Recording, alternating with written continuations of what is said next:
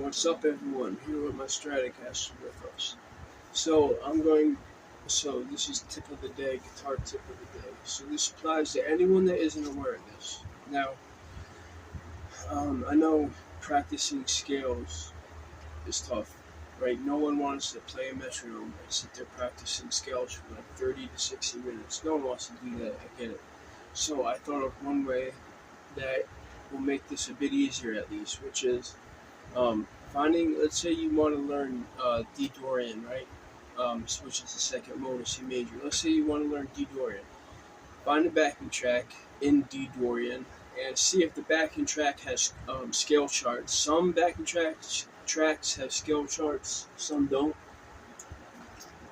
So if there's ones that don't, just write down the scale, write down the Dorian scale, whatever scale you want to learn. It'll take like a minute. It's not that difficult. And when you're playing with the backing track, have a piece of paper in front of you so you can play the scale.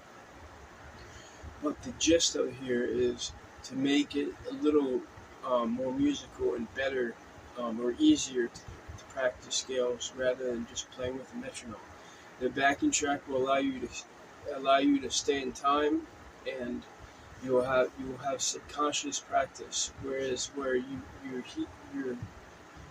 hear what notes sound like what over the chord changes and during different chord changes, like how the third sound, or flat third, or sixth sounds, or flat seven, etc.